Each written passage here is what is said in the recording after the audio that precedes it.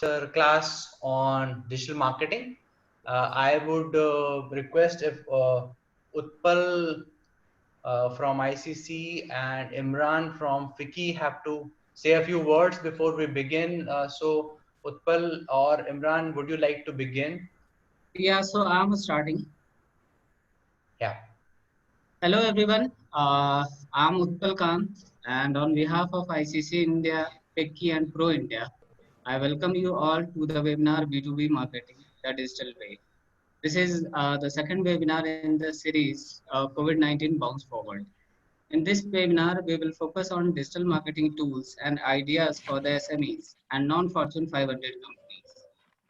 This webinar aims to provide support to companies with proven tools, ideas that would help them to embark on a journey in the marketing, prospecting, and undertaking business development that is efficient, productive, and certainly more economical than physical business development with the usual sales team. We are certain altogether it would complement the existing sales team by multiplying the avenues and touch points and thus increasing chances of new sales and rapid recovery of the top line. I am delighted to have renowned experts for our webinar today. We have Mr. Dilip Cherian, who is founding partner Perfect Relations, Mr. Julian Thadathil, who is CEO JT Brand Labs, and Mr. Amit Saha, CEO Pro India, along with Mr. Imran Khan, Executive Director ICC India. I would now hand over to today's webinar's moderator, Mr. Amit Saha. Thank you. Thanks, Utpal. Welcome everyone once again. Utpal, there are some 20 more registrations which have come. Please check on the email on the Excel sheet. The last minute registration, there are about 20-25 more. If you could just Yes, send the link to them also, because they may be actually waiting on the same. sure, I will do. Thank you so much. And Utpal, you'll be kind enough to also keep telling us if we are getting delayed in any part of the program, and also if you are able to consolidate some of the questions. It'll be really, really nice for three of us to take this session really forward. Sure, I will do. Imran, would you like to say something, Imran, before we begin?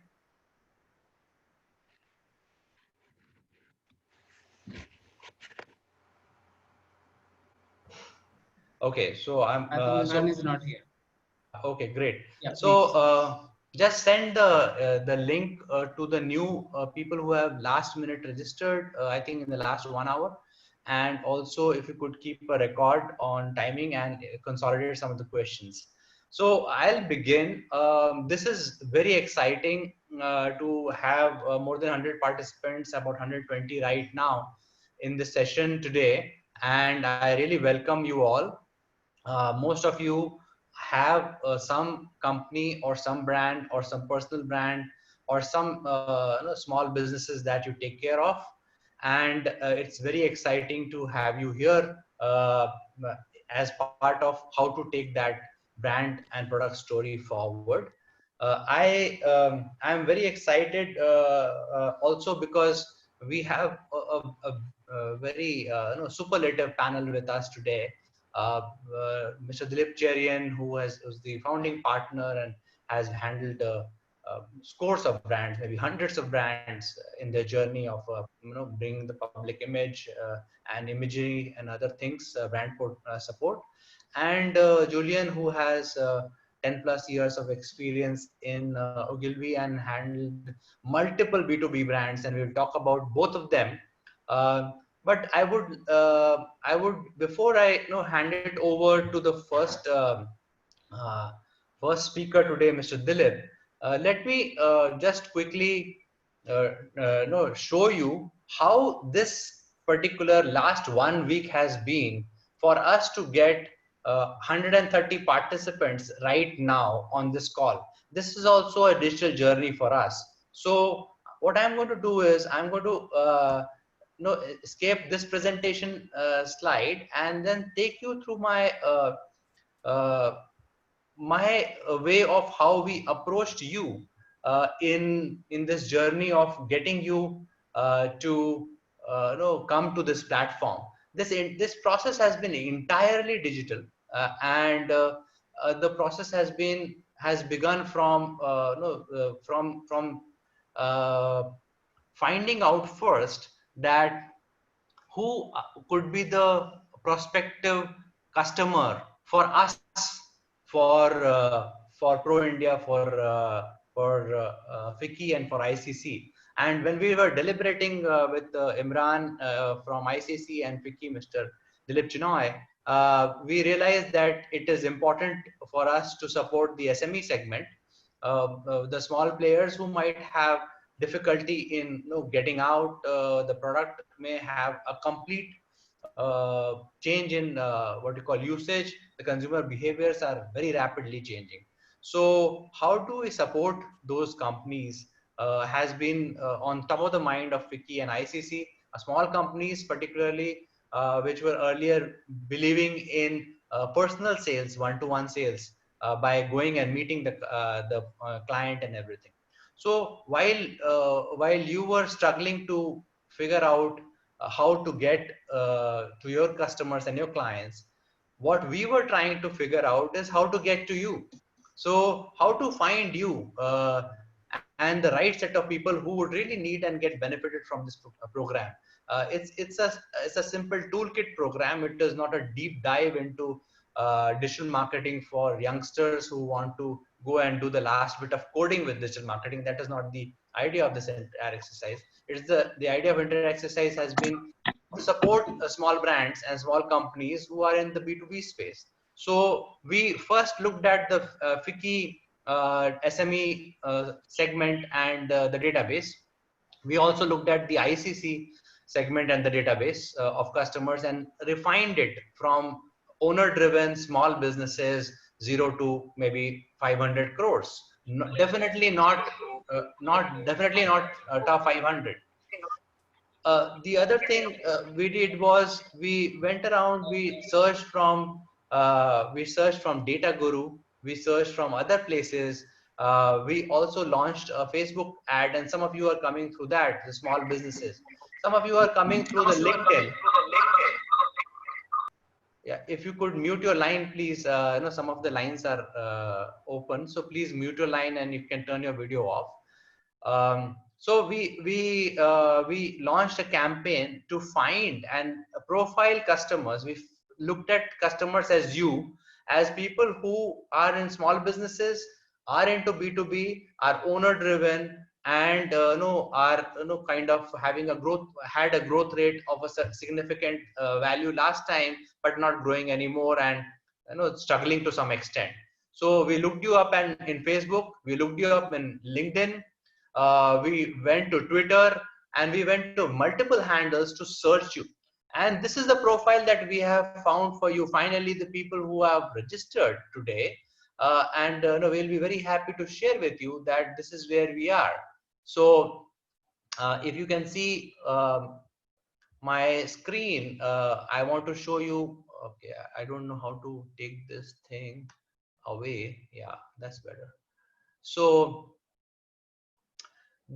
as of now, there are 111 responses. Again, this is entirely digital effort. So you can see the responses, and one of them is you here. So without going to individuals, I'm going to the questions as to how you have responded. So here we are. We have names, we have your designations, we have the company name. So you can see whether it is ICC, Nico, Global, Symbiosis, Ispat, HP, Jubilant. I'm not naming all of them. Every Denison, Safari Bikes, Barent Logic, ME Asia, several of them, IMEA. And then we looked at the company size. So if you see, we started with thinking that we wanted to have small businesses, and here we are.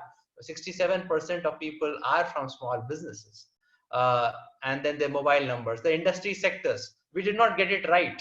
If you see here, the 61% is others, which means we did not capture your industry sector very well, because a large portion of that was left with others. But we did ask you, if it was others, what was it? So we found that it is education, real estate, association, pharma, food, leather, payments, construction, consultancy, all of those. Then we asked you a question saying that what kind of product you have. So you had mentioned whether it is a consulting product, or you're in a banking industry, or you're an educational product, or you're business consulting, and several others. We asked a question saying that what is your current marketing methods. So here, if you see, 57 of you out of 111 have said that your current marketing method is a sales call by a sales team, which could be also a physical call. Now, this is where the things come to a grinding halt when it comes to COVID and its related restrictions. The next big one was about 52 of you saying customers you reach out with email campaigns, which is very good, and you wanting to or you are connecting with customers on with LinkedIn, which is again very nice. Uh, and you also would want brand marketing to remain top of the mind. So these are these were your inputs. But what you really need help on, the help you needed was the biggest one, sabse bada, the big elephant in the room, is that you want to get a help on co-creating and executing a digital marketing plan, which means 60% of you want that. And that is what the entire exercise today is.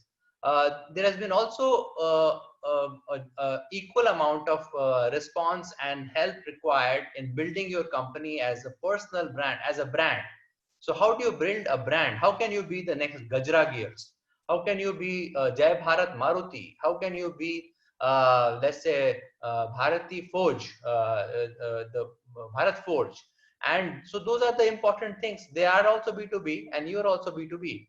How do you find new customers has been one of the big inputs which you want. How to go find your big customers. And this is where our panelists, Mr. Julian and Mr. Dilip, when they will present to you, you will see how to go about doing the same thing. And then finally, how to create a marketing campaign, how to put it together a marketing campaign. There have been a lot of questions saying that what has been one single biggest question for you, and we will try to answer these questions in this small session. But before I hand over, let me also say that the process today will be that we will have three people speaking today. We will start with Mr. Dilip Cherian and go on to Mr. Julian, and then we will have a break for question and answers. And then I will take you through a little bit of a toolkit of how I have been using it, my personal experience, and then again we'll have a question and answer session. We may or may not be able to solve all your problems in a 90-minute to 100-minute webinar slash this course, whatever you call it. But we can promise you that we'll give you a good start. We also promise you that between Julian and I, we have decided that we will support you as an individual company if you need our support post this conversation, post this webinar. So this has to be very interactive. This will be very interactive. And I have actually opened two computers. So on the second computer, while this one will continue on the presentation mode, so I cannot see your questions. But on the second computer, I will continue to see the chat and question answers and questions. And I'm continually consolidating those questions along with Utpal, so that we are able to ask this question to the panelists, and we are not nobody is left behind with a substantial question which is not answered. So with this, I would like to now turn to Mr. Dilip Cherian, and I know just a little bit about Mr. Dilip Cherian, although some of you may know, but no, this is a variety of group, and people have come from multiple channels, Mr. Dilip. So allow me to give a small introduction. So he has been a founder of Perfect Relations, often tagged as image guru of India. Dilip's repertoire includes, but not limited to, media and communication strategy, training CEOs and top management professionals of multinationals and government organizations, ranging from public corporations to even police officers, mentoring global organizations in the domain of brand positioning, market entry strategy, product launches, and most crucially, policy parameters.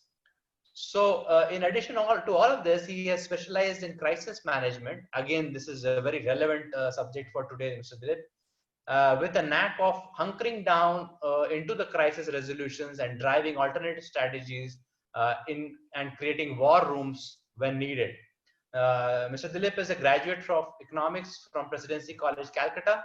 He's got his master's from Delhi School of Economics. He also had done a mid-career degree from London School of Economics on the subject of globalization.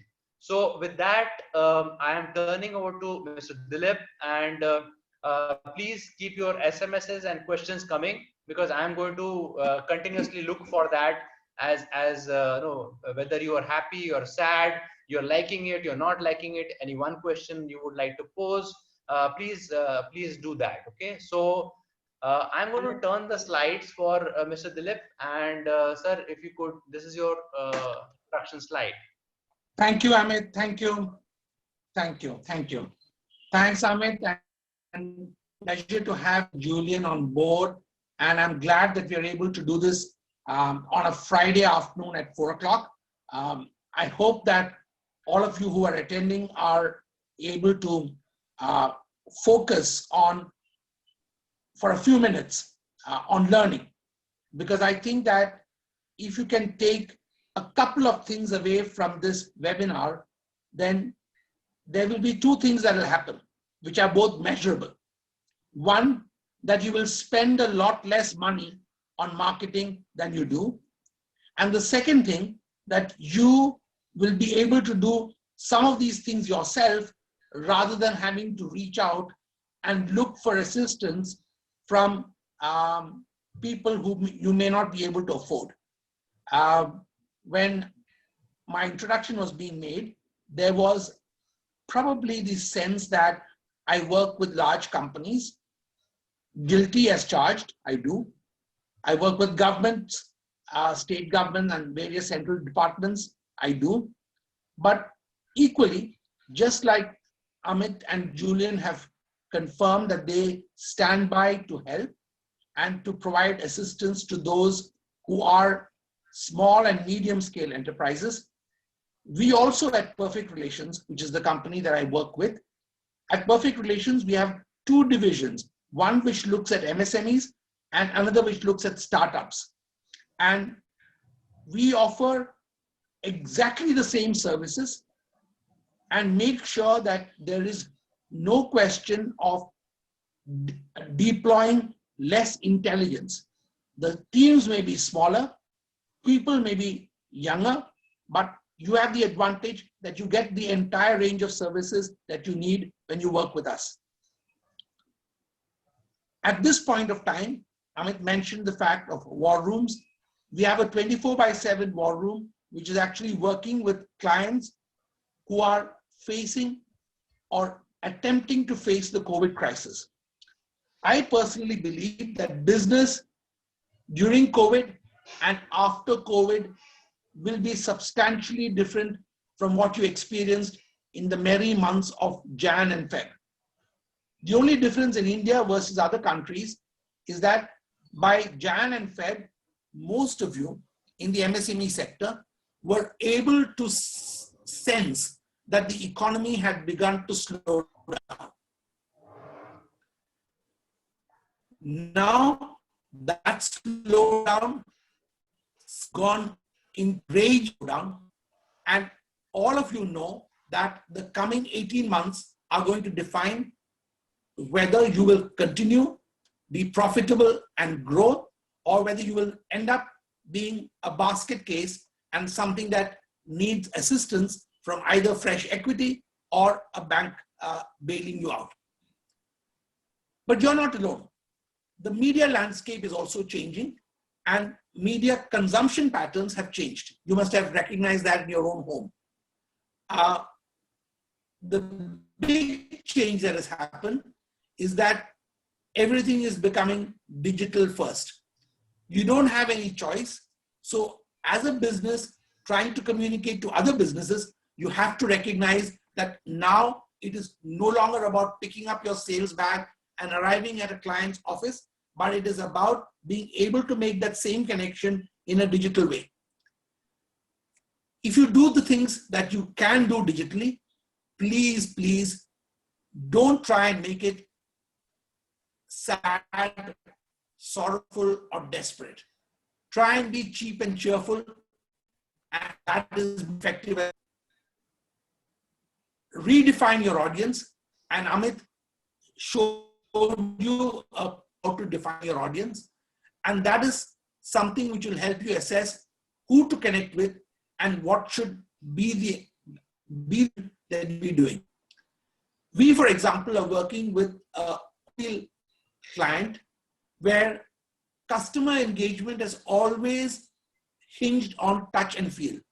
But today, we have helped the client launch 2 new models which have happened on the web, and the potential customers who are not going to be able to buy the car yet, but have been able to buy a variety of devices, including VR, being able to get a look and feel of the car in a way that automobile companies have recognized is the smarter way to do things.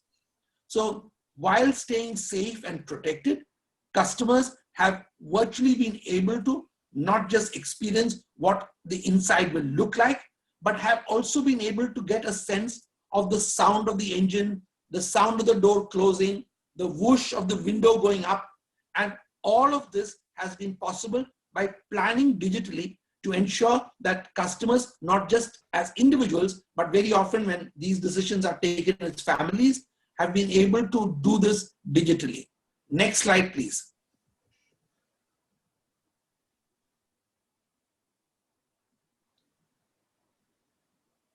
Yes, sir. The next slide is on.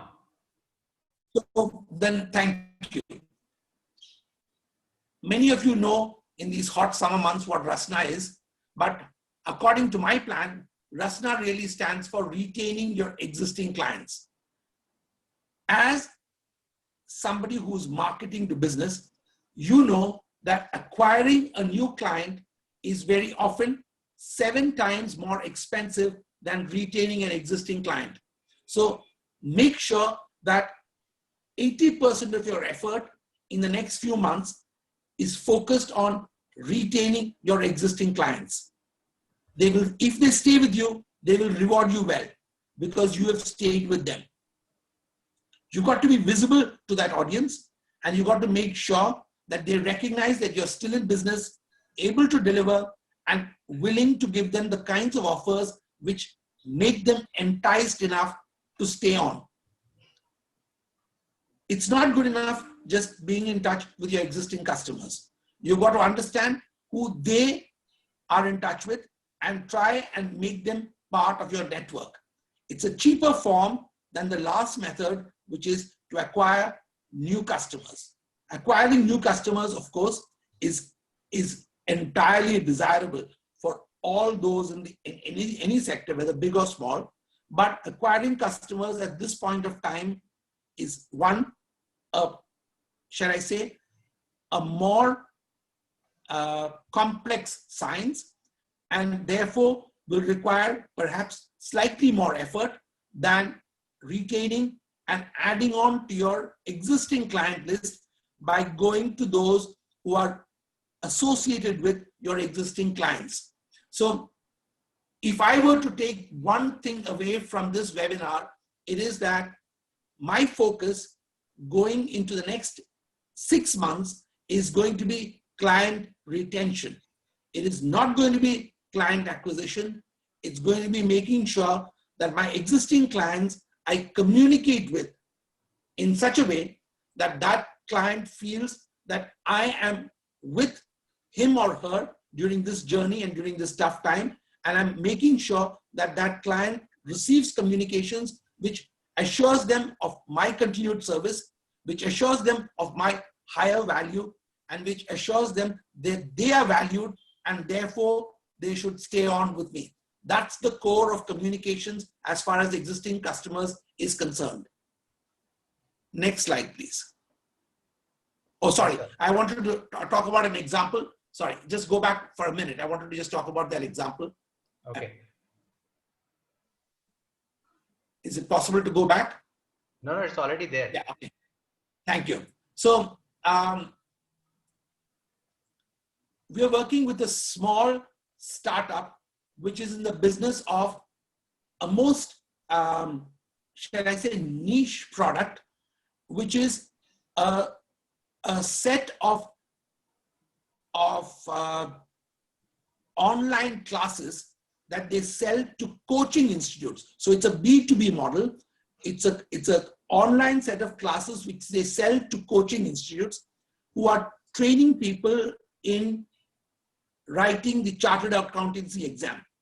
So what we found was that this client was communicating with the many coaching institutes across the country who do this job, but they were selling them, as they used to before, modules individually.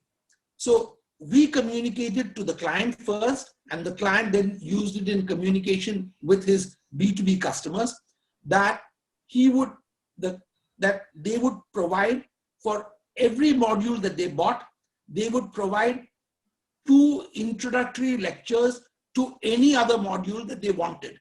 So what happened was that the coaching institutes, who were themselves stressed at this point of time, to sell more classes, doing our supplier of modular learning programs was able to give them something, give his customer something, which allowed him to not only retain his client, but also get that client to buy additional services, which is the best possible deal that you can have.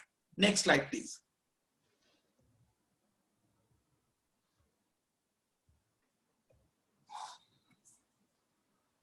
I'm getting some feedback saying that there's a problem with the voice. Is this something that a lot of people are facing? No, I think the last 2 minutes was a little bit jarry, but now it is okay, sir. Okay, great. Is it better now? Yes, yes. Okay. To be able to sell to customers during this period of time, the most important thing is to have what I call owned media. So it is not easy to get an article written about you in the Dainik Jagran. What you've got to do is you've got to have your own media. Now, everybody from a small kirana dukan to a large corporation understands today that you have to have a website of some kind which is activated. How often do you use it? How often do you update it? How are you improving it? And how are you making navigation easier? In communications, we always say that the trick in communication is to make it easy, not foolproof. Make it easier, not necessarily more salesier. Because a lot of people think that a website has got to sell, sell, sell. That's not true. What you've got to do is you've got to make people come there and browse. If they browse, then they buy. If they don't browse, they get put off. The buying act itself, of course, has to be easy. But once the customer has put something into their shopping bag, it's unlikely that they'll go anywhere else. The second kind of owned media that you need is a blog. The other question you need to ask yourself is how effectively are you using your presence on LinkedIn? Are you the kind of person who just likes others' posts, or are you putting relevant stuff which is going to make customers think about you as an option? Are you giving customers, existing ones especially, free advice via your LinkedIn page so that they come to you to check out about product upkeep, some simple trick to use it better? Are these things that you're doing? Are these things that you're communicating on a regular basis? And are you using the same kind of communication, of course with a different voice, on Facebook, Instagram, or Twitter? Therefore, do you engage your customers on the platforms where they are going to be anyway. So there was this small hospital in Chennai which was not interested or not updating its website. When COVID hit, we worked with them to create communications devices on their website to not only promote procedures, but also to pacify patients, to make sure that their worry was answered by qualified doctors and people believed them because they were going to a hospital's website. So very often that worked to their advantage. Where should you spend money? Thanks, Amit, for changing the slide. Am I going too slow? A little bit, sir. So, but that was by mistake. So, not to push you anyway. So, where should you spend money? Should you spend money in getting Amitabh Bachchan to endorse your product? God forbid. You should get in social media small focused influencers who can, for example, be relevant to the businesses who are looking at you. So talk to somebody who may be a very well-known person in your industry, who may have retired, but who may be willing to endorse your product or say something about how your product is best used. Get your product or service noticed. That's very important. And when everybody is in this lockdown period, don't forget that they have a lot of time to try and understand the products that they're buying, what they can do, what the services they can reach for, what use can that service be put to. So we were just talking to a school furniture manufacturer who's one of our clients, and we found that school principals were wanting to talk about how they were going to change school design. So though he's not a construction person, we recommended that people from different schools, principals, should be able to put up their ideas on school redesign, though that is a civil works consultant's job, and this is a furniture provider. But it resulted in a lot of parents logging on to see what schools were planning to do post-COVID. Next slide, please.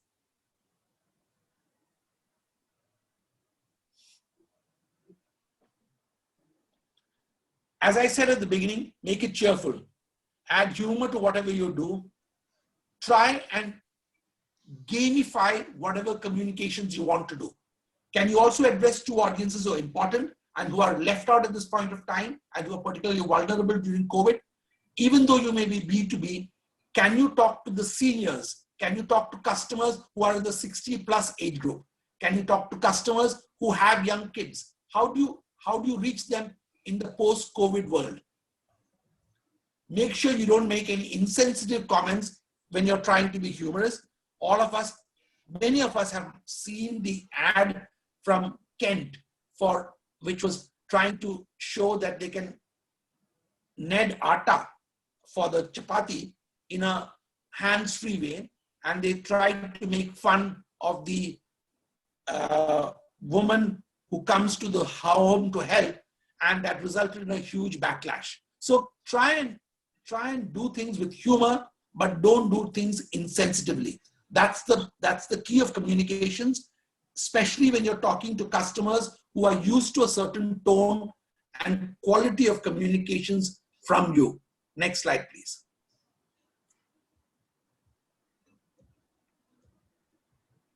So ask yourself the question, have you changed your product to make it relevant in these times and in the future? How do you make your product change to be relevant in a post-COVID world? We have a facility management company that started out, that always used to have a disinfection service, but we helped them to ramp it up and launch it and to make sanitization services a very specialist part of their facilities management offer. And that has been a huge change for them, and communicating that has helped them to be seen as a different kind of company. Thank you. Next slide.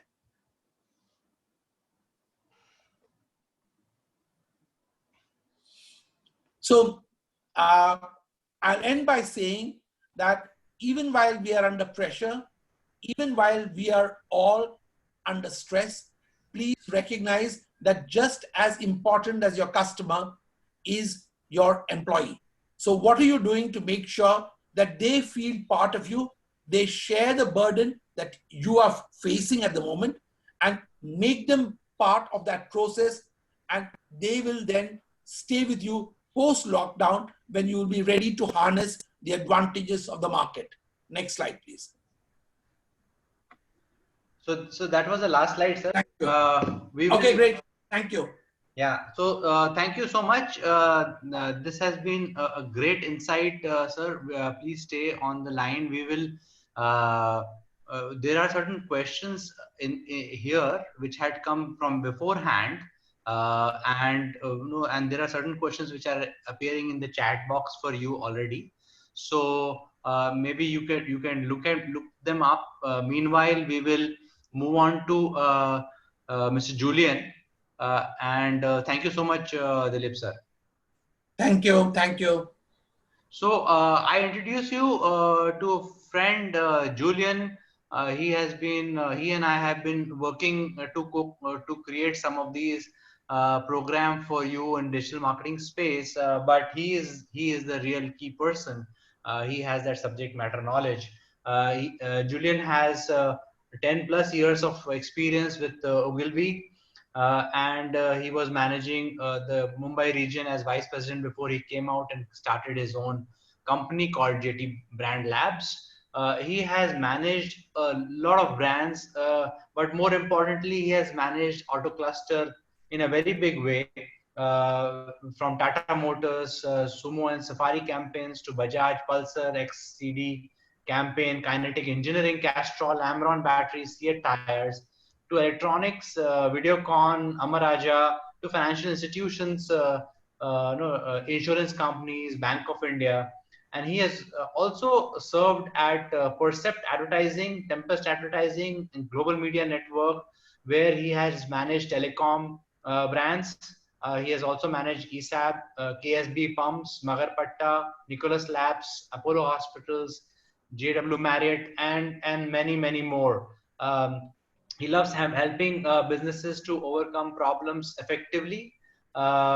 And he is a digital social strategist, brand growth consultant, creative facilitator, and also a laid back storyteller. So with that background of strong B2B marketing and now the digital marketing, I hand you over, Julian. So floor is yours. Thank you so much, Amit. So glad to see you all here. Let me start off. Amit, can we move to the next slide? Yeah. With adversity comes opportunity. Ships don't sink because of the water around. They sink because of the water that gets into them. I'm going to take you back about 90 years.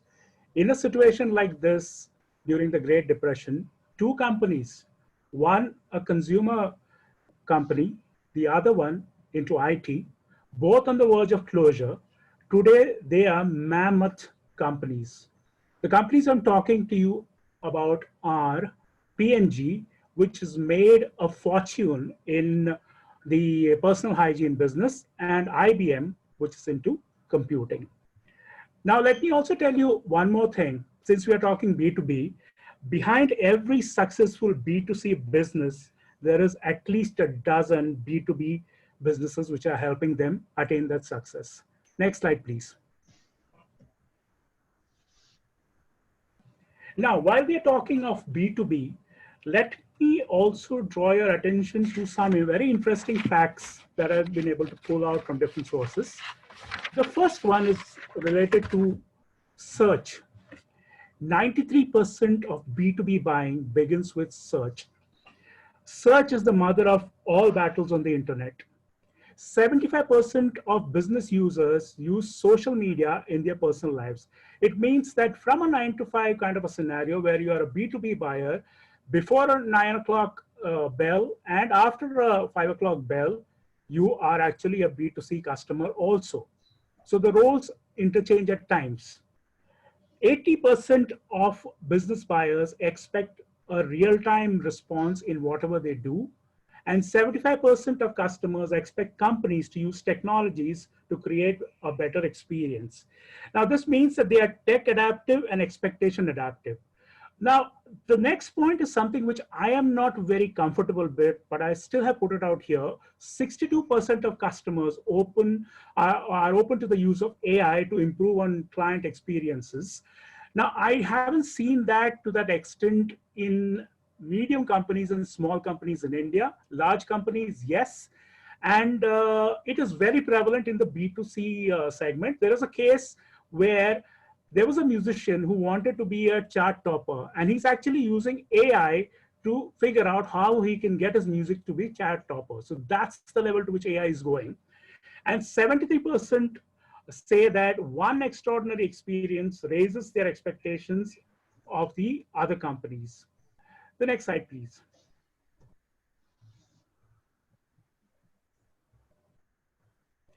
So as a B2B company, which is in the medium or the small sector, why would you need digital marketing?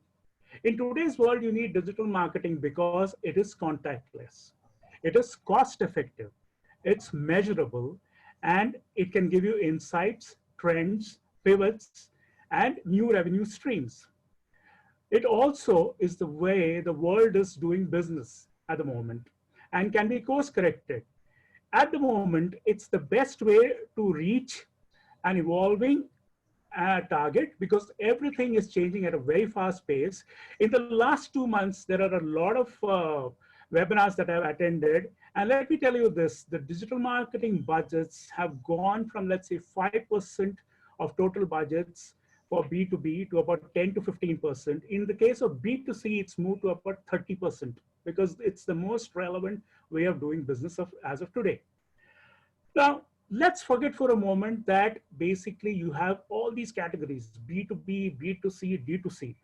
Today, there are only two categories, and I've been propagating this not today, but at least about 5 years back. Relevant as well as irrelevant. Opportunities are moving targets that evolve every day and every hour. Either you have to be in a position of solving a pain point or delivering a business high. Now, let me explain to you in the next slide what I mean by this. Now, what you see out here is many of you would have seen this ad, which is an ad for Volvo, where they are testing out the stability of their steering. You and I don't buy Volvo vehicles.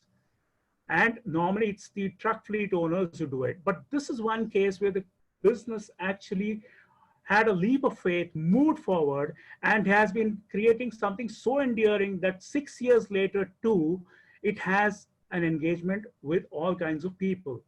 It has 100 million views on YouTube. Amit, can we play this?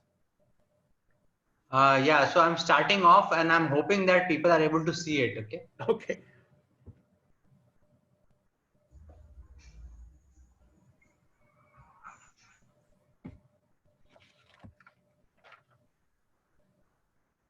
I don't think they can see it.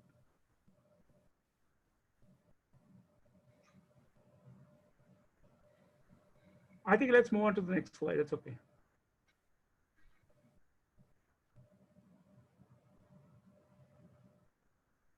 No, I think we'll move on because. Okay, okay. 1 second. Let me just.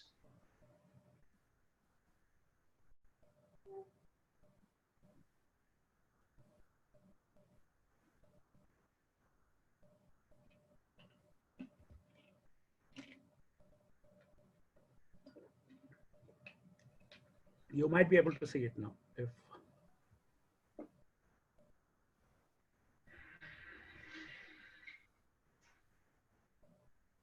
Is it there? yeah, it's streaming, but it's pausing. So I guess we'll have to get out of it.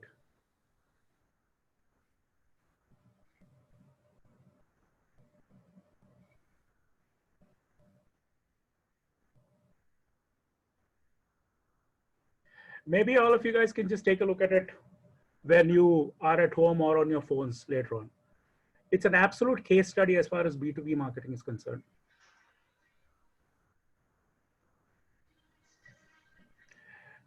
Now, while the video is playing, let me also tell you when Volvo went to the agency to speak to them about doing a film like this. The agency that was possibly doing this business, was supposed to do this was a B2C agency. And they thought Volvo was nuts initially. It's only because of Volvo's persistence that they got their way through and did the film. So can we move to the next slide, Amit? Yeah, so I'm hoping that you are able to see the presentation back again, Julian. No, I can see the video. Yeah, I think now, yeah. We're back on the Van Damme slide. We need to move to the next one. Yeah, so on the chat box, what I'm going to do is I'm going to write, sorry, to everyone. I'm just going to send this link so that if they can see it in their own time. Okay, Julian?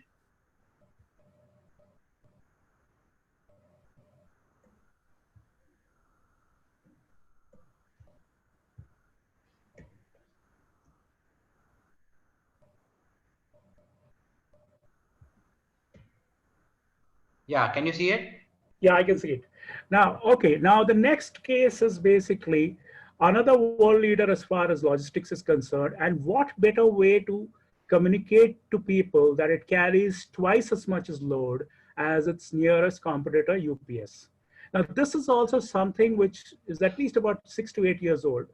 And I can tell you, this was a rage. This is not normally done because it's a direct hit on your competitors, and they can actually sue you for this. But in America and other places, they tend to do this. The Cola Wars is something which you've heard of.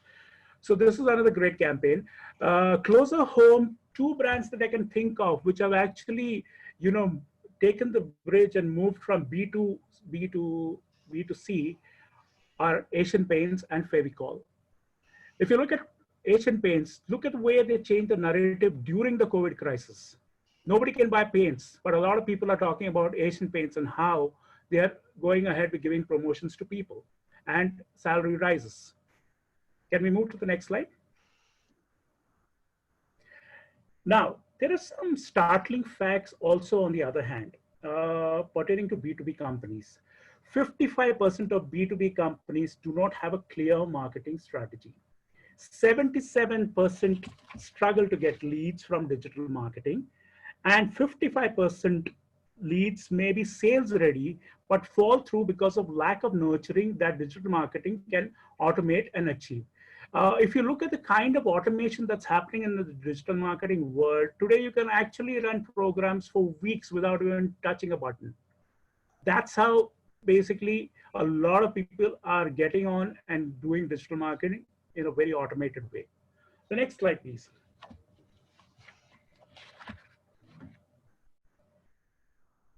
Now, what you see here is a set of companies which I know, most of them are from Pune. Most of them are medium or small time companies who have actually gone and been able to pivot into new realities during the COVID crisis. They were doing something before the COVID crisis. They are doing something after the COVID crisis.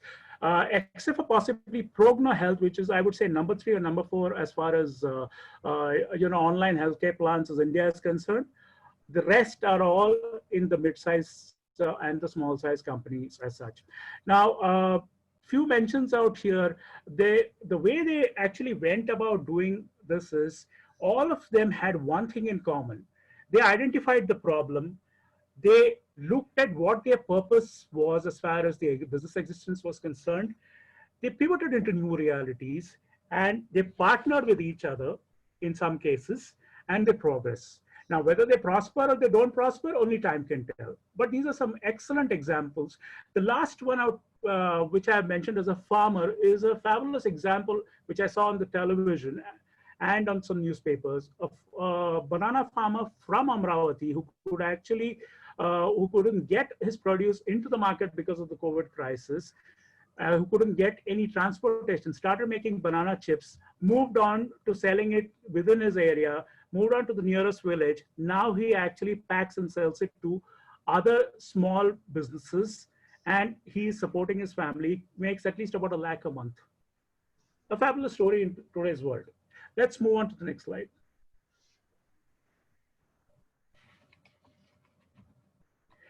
Now, what you see here is the digital marketing framework. The digital marketing framework has basically 5 phases: the assessment phase, the strategy phase, the communication phase, the operations phase, and the refinement phase.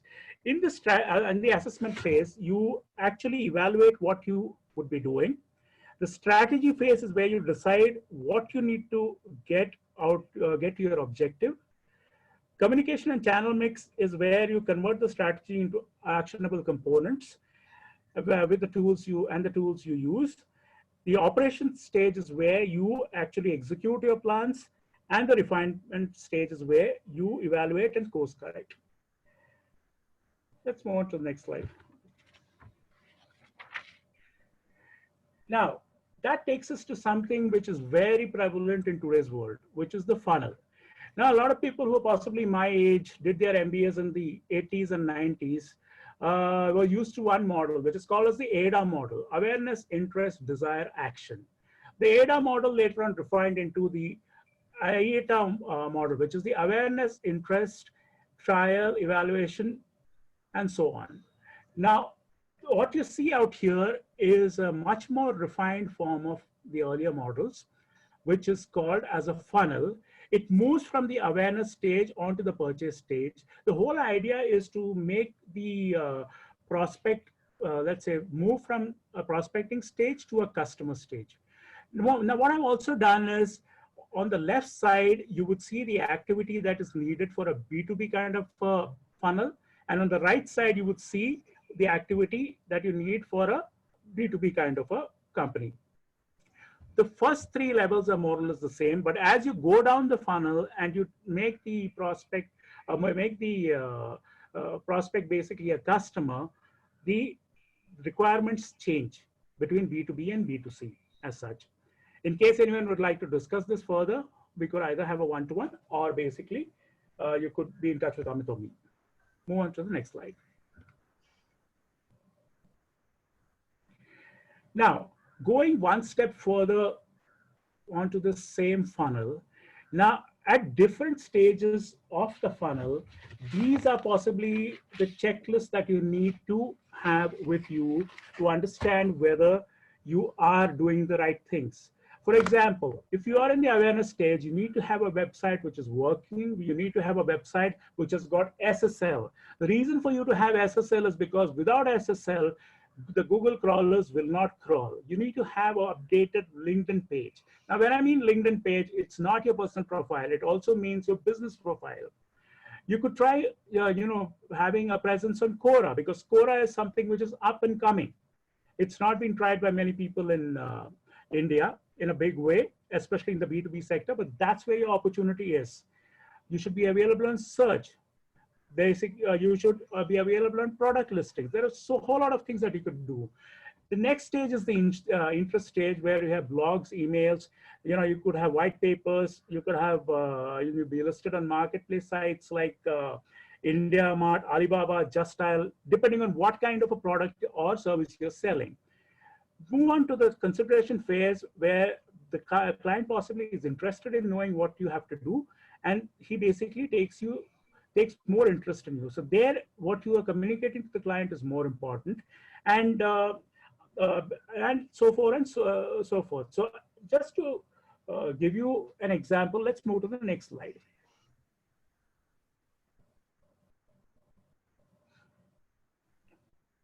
How are we doing on time, Amit? We're okay. You have another 7-8 minutes. Okay, great. Okay, now the first case that I am presenting is something which did not happen because of, let's say, digital. It came to us as a corporate identity client, but then the products that were there needed research, needed understanding on, what was the kind of customers that were there, what was the overall ecosystem. The client I'm talking to you about is Standard Meters. And this is a 48-year-old company. As of 2020, I think it's about 50 years old. A fare meter, auto and taxi fare meter manufacturing company out of Pune. It's a market leader, and at least about 2 generations of entrepreneurs have been managing this company. the point of 47 years, they wanted to change their image because there were new products coming in they had thought of. And but at the same time, you also had the Nirbhaya case, which was very much on the minds of people in India. And so was the case of women's safety, because of which the Supreme Court had made GPRS meters mandatory.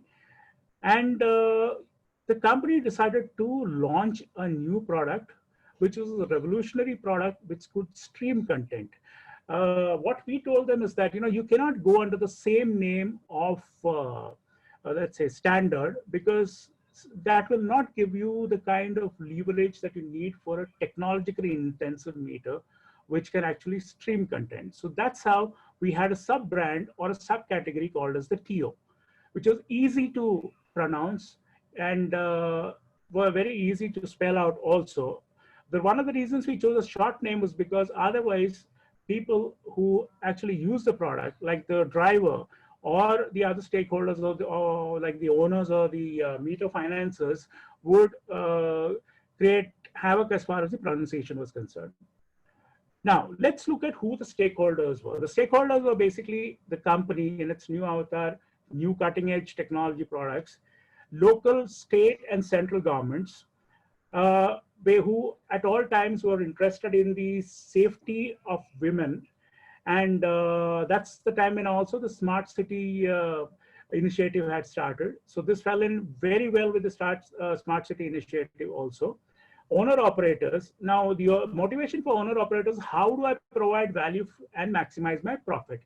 Finance agents, these are not banks. These are not people who actually finance your rickshaws. These are individual financiers who have the owners or the owner drivers in their clutches, and they generally tend to go to them because the drivers or the owner drivers don't have a good credit history. And the motivations for the driver in something like this was, how much money will I make and will the gods be kind to me? The research showed that the auto fare meter is a fit it and forget it product until the vehicle has to go to the RTO for RTO passing or fare meter, or the fare meter stops. It is very price sensitive. The average span of attention in a rickshaw ride, we did some research for this because otherwise there was no way we could find this out. In the rickshaw ride is about 4 to 6 minutes, and rickshaw rides could be classified into long, short, city, urban, feeder, or rural. So depending on that, the rickshaw ride experience would change. Competition basically was not, other companies who were manufacturing cheaper rickshaw meters, but from fare apps, smartphones, and even Google Maps. In fact, if Google Map decides to put all RTO fares of all cities, all this overcharging in every city will stop instantly.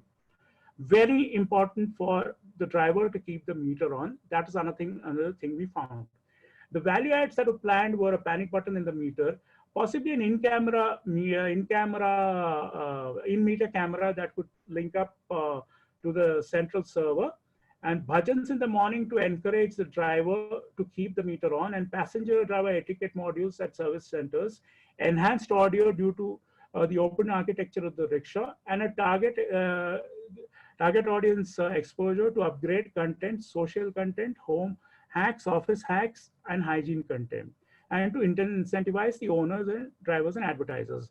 Now, this is a segment, unfortunately, because everything is related to public mobility, and because public mobility is not there, at the moment, this is not doing well, but hopefully once the COVID crisis is over, you will see a lot of momentum into this. Moving on to the next slide. Now, this is another case study which I have done. It is a hypothetical case study that I have taken up for an FMS company based, to figure out how they would do their lead generation.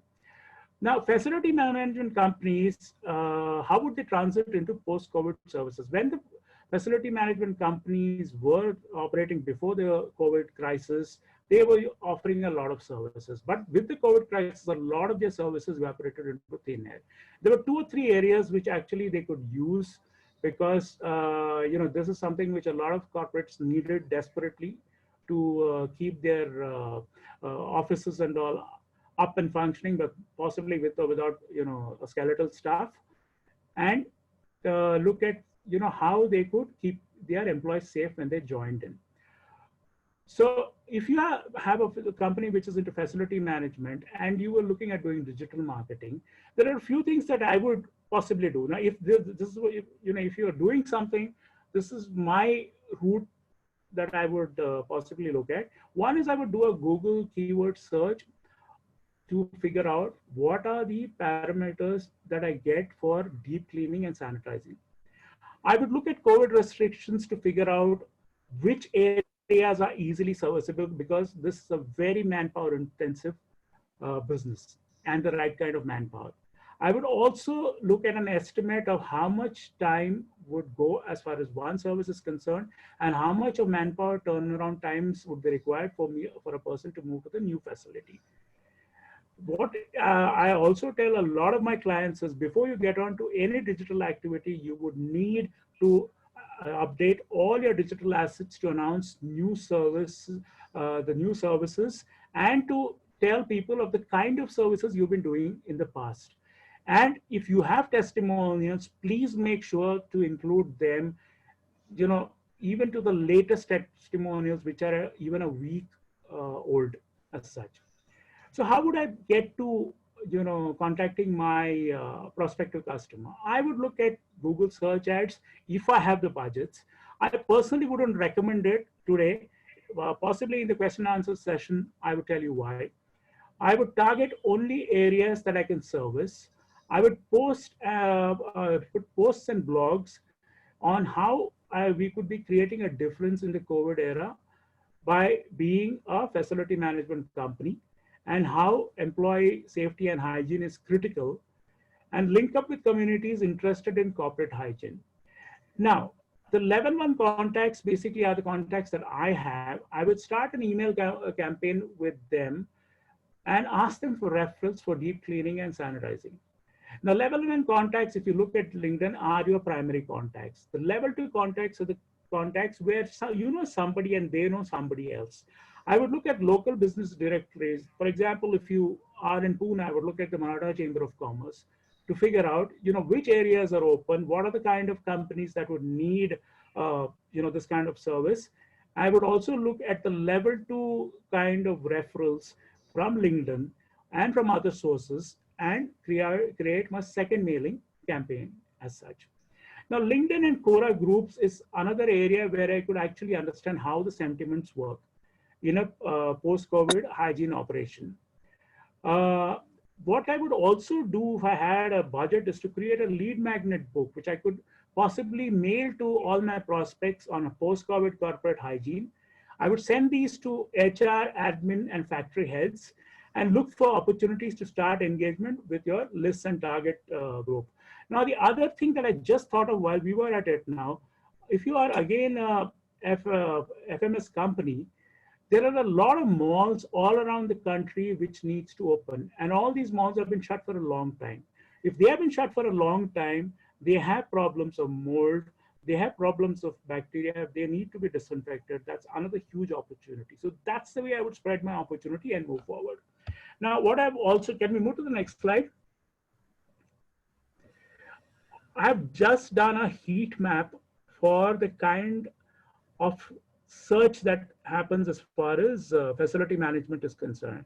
Now, this is just a snapshot. There's a lot of things that one needs to do beyond this, but this will give you an idea how technology and Google can aid you in getting to the right person, getting the right decisions as such. So moving on to the next slide. Summarizing, there's a lot of MSME B2B companies could achieve with digital marketing. Each problem or opportunity has its own unique solutions. One size does not fit all, and results are measured and focused. Thank you so much. Thanks, Julian. This brings to our question and answer session here, and I have a lot of questions for both of you. And I might also request Mr. Dilip Chenoy if he can also address the team, if he can unmute himself. I don't know who's the backend person who can do that. It'll be nice to hear some words from the Secretary General of FICCI. Meanwhile, while he is trying to get that thing unmuted. Sir, you are able to speak. If you can, it will be nice to hear. No, Amit, really, I wanted to thank Julian and Dilip Charian for sparing their time and really addressing this event. I've been listening in earlier and found it very useful. Thank all the participants for being there and Imran for actually putting this together with Amit. I don't want to detract from the Q&A part. Please just go ahead. I'm happy listening and learning.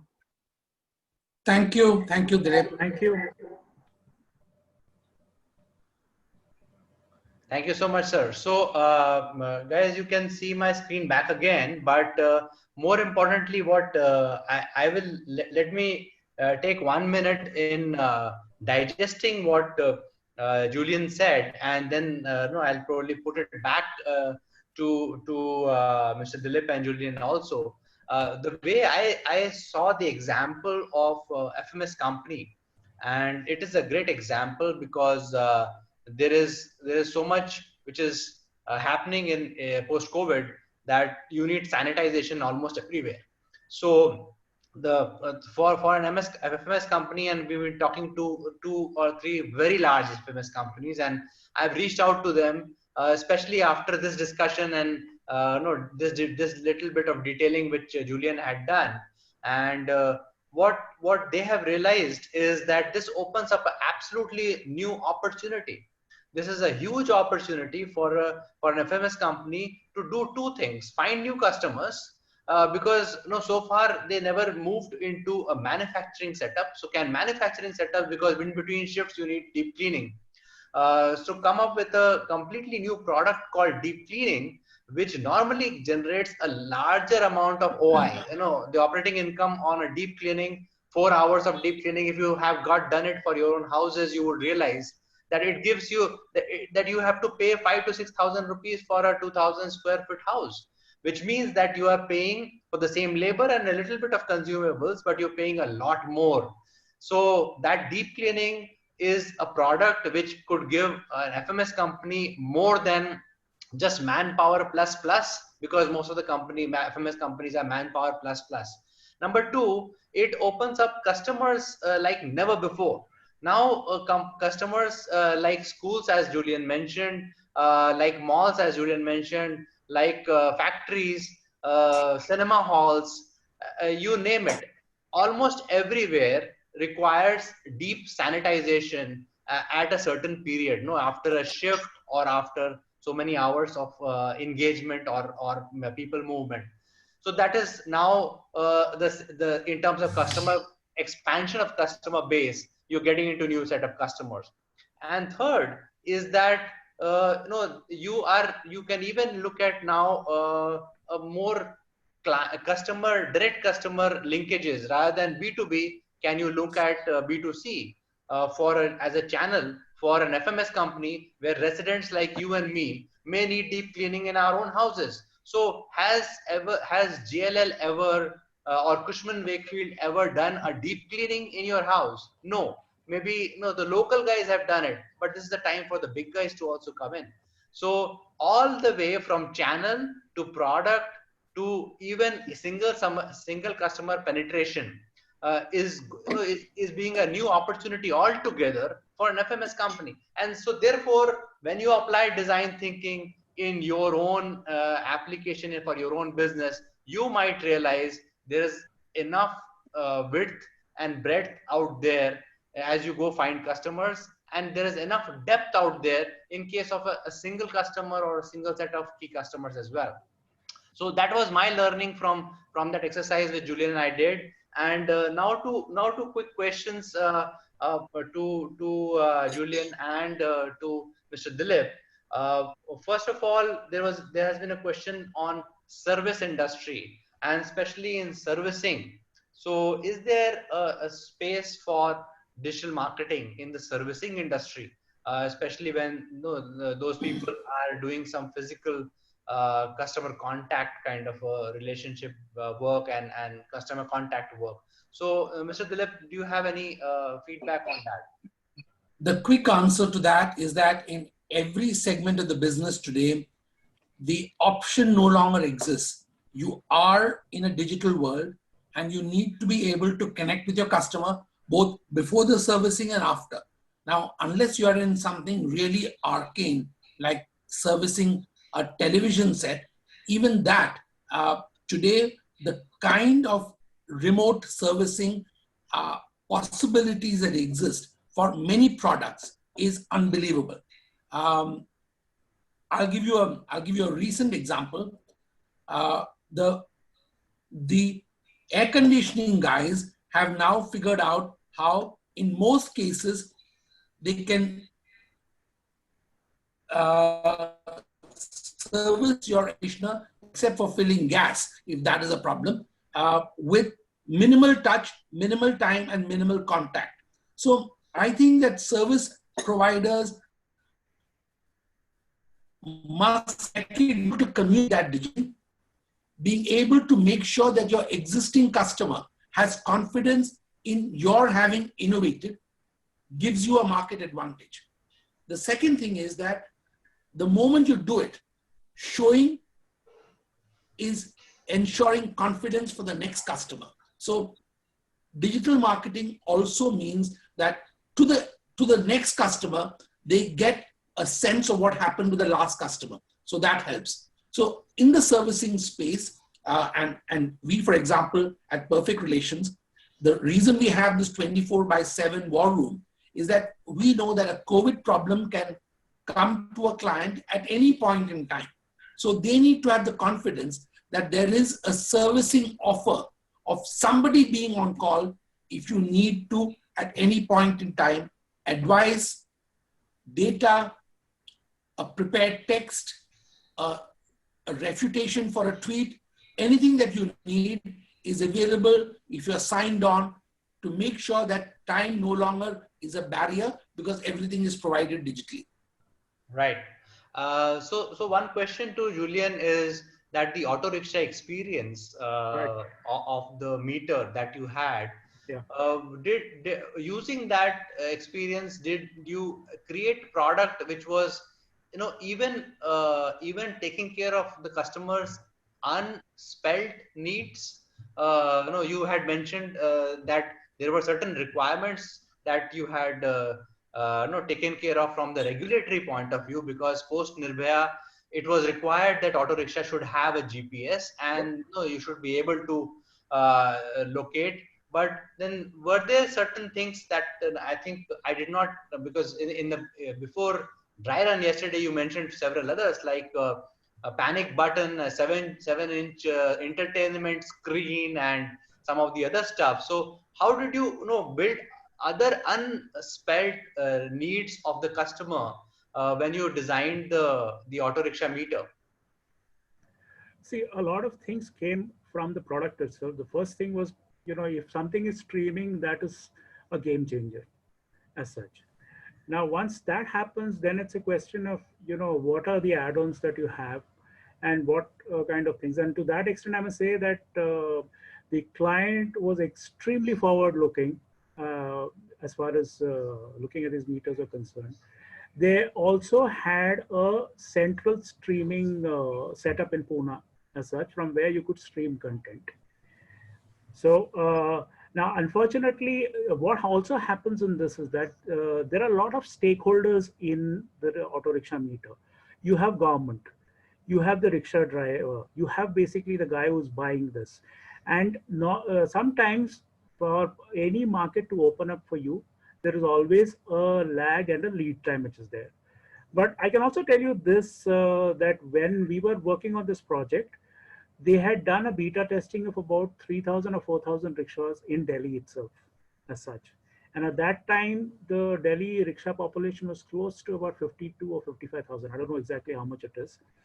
But something like this, if it is adopted at practically all levels, some states tend to be more, aggressive in such kind of adoptions as such, where the smart city kind of pressures are there, where they need to be also showing that, this is something which can go with the right ecosystem.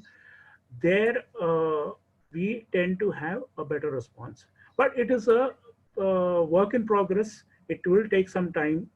But once that happens, a lot of things could change. We also looked at, while we were planning for this, we also looked at the kind of products that could be advertised in this, the kind of clips that could go, because the average span to look at a meter screen is a maximum of about 4 to 6 minutes, and that came through research as such. Right. So Thanks, Julian.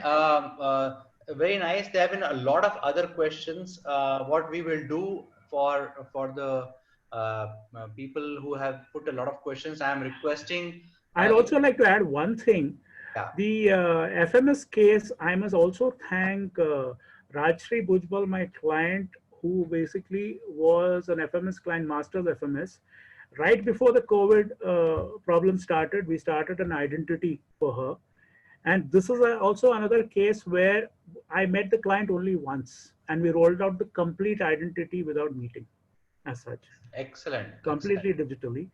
Excellent. And so, and she was able to provide a lot of insights into how this business works. Great. Thanks, Julian. So there are many other questions which has to be consolidated. I think I'll request Mr. Utpal to do so, and we will ask in the second session. Let me actually take you through just about 7 or 8 slides of what can be your digital toolkit. And before I start this, between Julian and I, we have decided that we will support the small segment of you and your product and your company by way of a free digital, what you call, hand holding, at least in the initial phase. How do you get on to your digital platforms, and how do you start creating that in such a way that it becomes an easy way for you to move on to transition, and you don't see that it is it's something that you need super duper experts, and you need huge budgets for the same. So that we have agreed, and we will support you. And please do write on the chat, or otherwise no you can write on the websites, or you can mark it back on the invite that has come to you, and we'll be very happy to take that thing forward. And I'm very sure that that is a strategy which will supplement, complement, and probably completely replace your existing sales strategy. Just to also give you a little bit of an example, continuing on the service sector, I was on that Economic Times sales conference, which is virtually happening. You should actually see it. It is mind blowing the way they have created the virtual experience of an auditorium, breakout rooms, and the places where you can, stalls that you can visit. One question which was asked to the SAP person who was giving the presentation, SAP person, and the answer on the service sector was that the question was why, what can happen to the service industry, and the general answer has been, and I have faced it, one of my AC has not worked, and for last 4 days we have been chasing the AC technician because there are not enough AC technicians, and there not enough time for them to service the AC. So the feedback was, and this is to Mr. Dilip Cherian, the feedback was that don't lose existing customers. And to your point, Mr. Dilip, that first you continue to maintain a very strong relationship with your existing customers, don't lose them, and maintain that touch point. Go and over communicate if you require to, number one. Number two, maintain tickets, because now these tickets are getting old. These tickets of SLAs which you had promised, 48 hours of repair, or this is how you will take care of your issues. Maintain that, and if you require, then you kind of prioritize it in such a way using AI and using machine learning, that you can take inputs from various chat boxes and other places where your customers are showing emotions to you, saying that, look, I am really pissed off with your not able to service my AC, and therefore you pick those things up from one channel, and you pick up the tickets from SLA and combine, and then find the hotspots where you have to manage before the problem becomes out of hand, because you will have limited people to service, you have limited people to deliver, and things of that nature. Again, digital marketing and AI and machine learning comes into play here. And because you have a very small set of team, and you're doing most of this stuff sitting in your office while some of your teams are in the field, you might have to do what you have to do, which is prioritization. So moving on, a little bit about, I'm going to give you my own experience in 10 minutes of digital marketing and the way I have kind of first understood, because I'm a mechanical engineer, I did not know anything about digital marketing, but I started a company and it had requirements to reach out to a whole lot of people.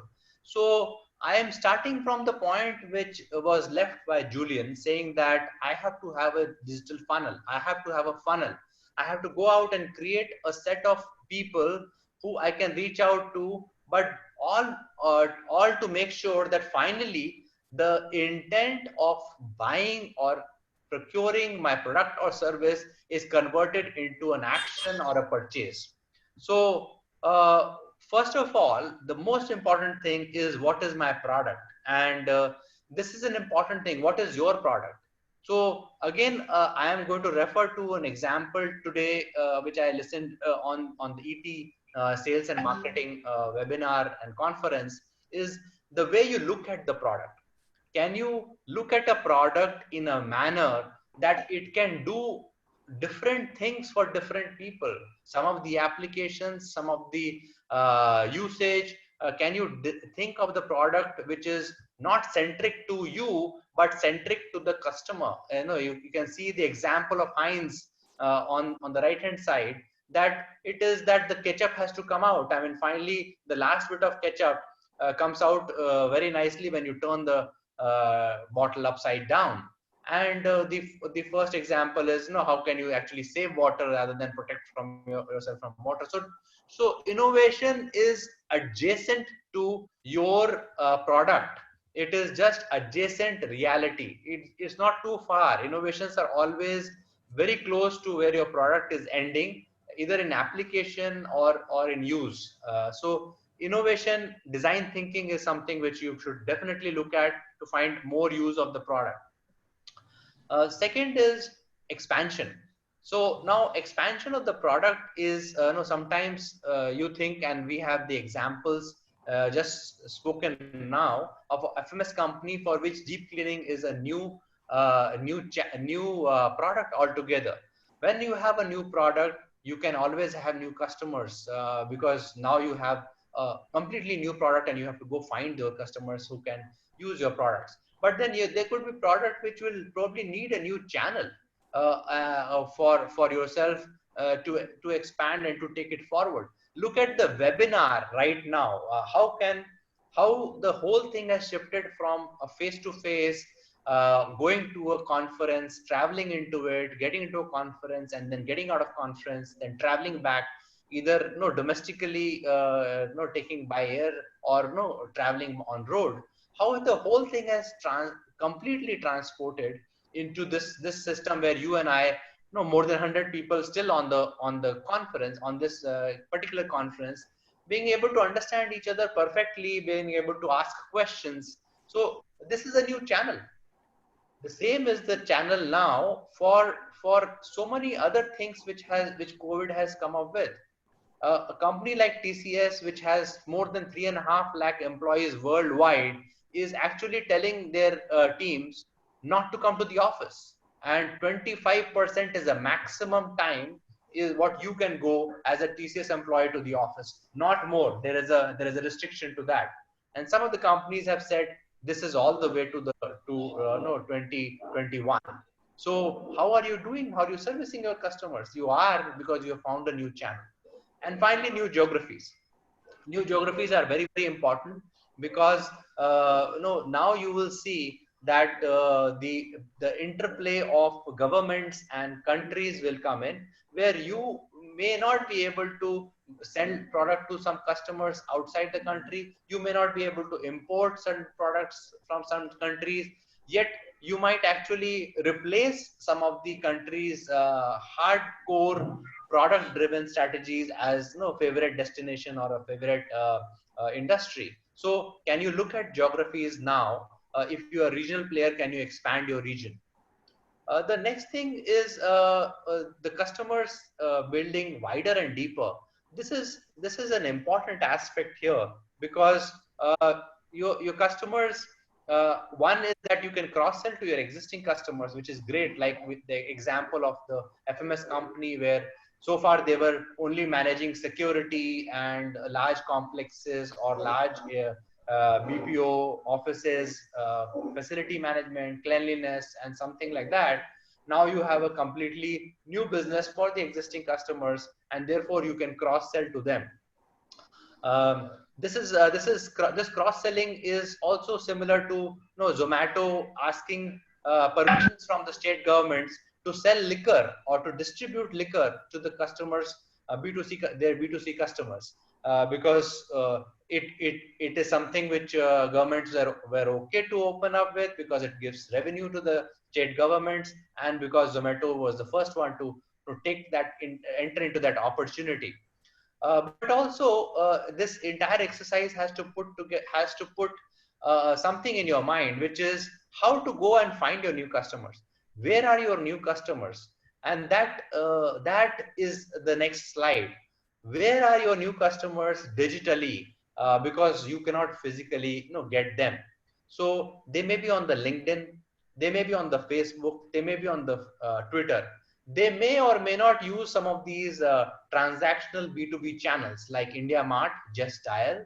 They may be on Ariba or Alibaba, and some of your products may also be useful as bulk or individually to the retail segment like Amazon and Flipkart.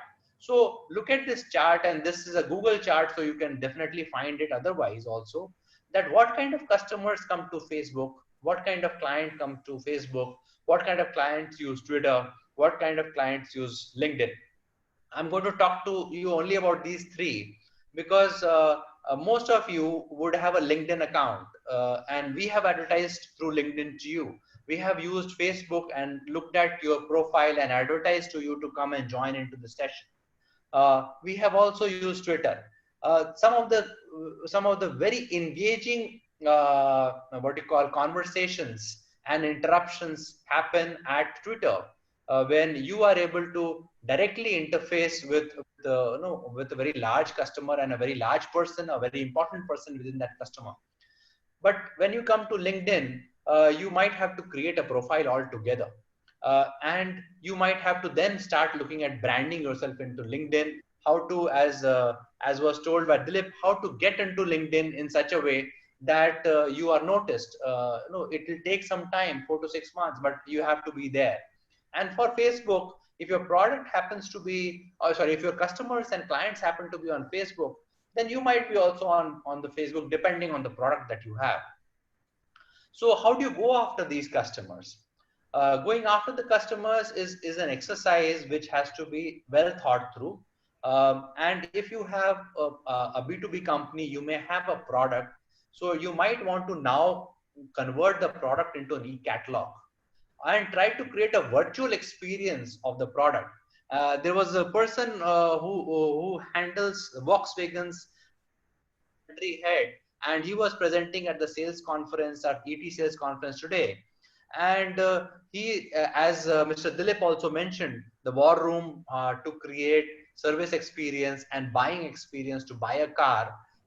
Just now, Hyundai has sold or is selling 7,000 cars every week, completely digitally. Nobody's going to their showrooms. So when people can buy cars on showrooms, people can buy their products also. But then you have to create an experience for the customers to feel and touch the product in such a way that they feel, yes, I can understand the product. And it was talked in that Volkswagen presentation that they actually created how does the door, when you bang the door of a Volkswagen car, how much sound does it make? When you start the wiper of the rain wiper for the front screen, how much sound does it make? How does the engine really sound in the case of a Volkswagen car as you sit in the driver's seat? Because these are things, actually, they're very tactile. You have to be there to see it. and to view it, to feel it, to touch it, whatever. But some of these touch points are not available. The only touch point which is available is for you to see on the screen and hear it at this point in time. You can even go a little bit forward by creating a virtual experience of your product. And how does the product look like? For example, if you're selling homes, everybody selling homes is giving a virtual product and a virtual walkthrough of the product product that they're ready to sell, with the colors that you want to choose in the walls and things like that. So it is important to convert your existing hard copy product imagery or manuals into something which is e-cataloged and virtual. Number two is you have to create contents. Now, creating content, one part of the content creation is your product and catalog, but the next part of it is that you have to be there in the mind of the consumer for a long period of time and touch the customer multiple times. So you might start with e-introductions, but then you have to get on to LinkedIn, constantly blogging, showing that your product is superior, putting PDF comparatives between you and your competitor, even arranging webinars like this one. And so therefore there is a lot of stuff which you can do. And four things which we would definitely want you to do is on the right hand side. First is get on to the LinkedIn. Number two is definitely start blogging or creating some messaging about the product, that and even beyond the product for a company, beyond the product, and maybe the purpose of the company and how you have managed the COVID and how you managed employees and their empathy, how you connected with them. It's very, very important. And definitely convert your product into an e-catalog. Then it's the multi-touch. So here it is a long cycle of trust that you have to build with your B2B customer. So it is not no longer one-to-one that your salesperson is going to their office. It's not a single channel, but it is a multi-channel now. And what you have to do is apply all the channels in such a way that it becomes an omni-channel when the client is in the center, and you are able to use email, messaging, WhatsApp, LinkedIn, Facebook, and all those things to touch the customer in different ways, so that you are remain top of the mind. One of the examples of the social media is at the bottom, from awareness to purchase.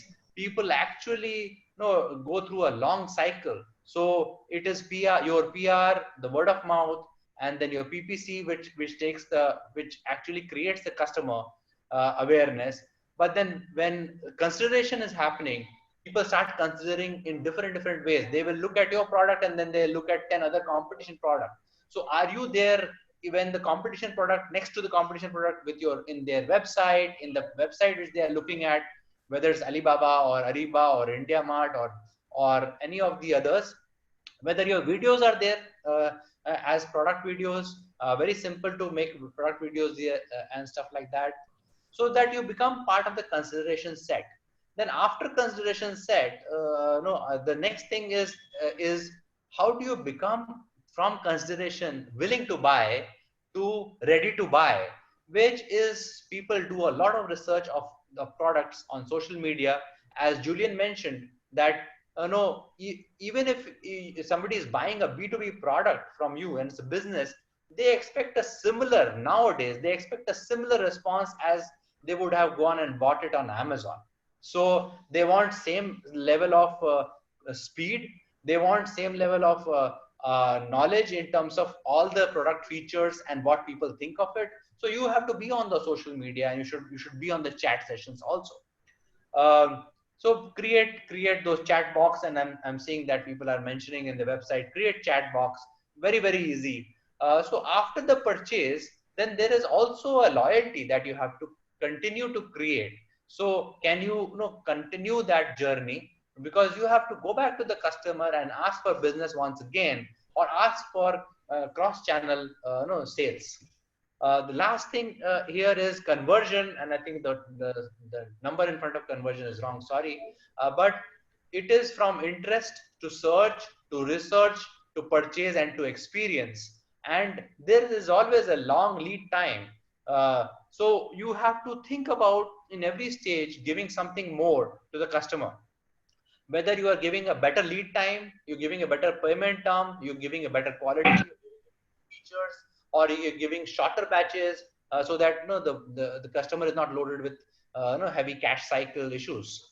So in interest and awareness, there is a specific set of activity that you can do, content, online, word of mouth. In search, you can do something which Julian talked about, Google search, and SEOs have been talked about in the chat boxes. In purchases, you have to look at online booking, everything online, all experiences online, website availability, and after the experience, you have to look at post experience purchase. So this is what I had to say. I do wanted to show you in two to 3 minutes. I wanted to show you how we have how I have used this kind of an experience in the last 1.5 years in my digital journey. So if you see my screen, I'm sure you're able to see my screen where you can see my Google inbox, Gmail inbox. Are you able to see my Google Gmail inbox right now? I'll wait for some messages. I'm hoping that yes. Okay, great. Yes, we are. You can see that there is Amit Saha, there is a website here, and there's a Facebook, Twitter, YouTube, LinkedIn, and Instagram below. No, below my signature.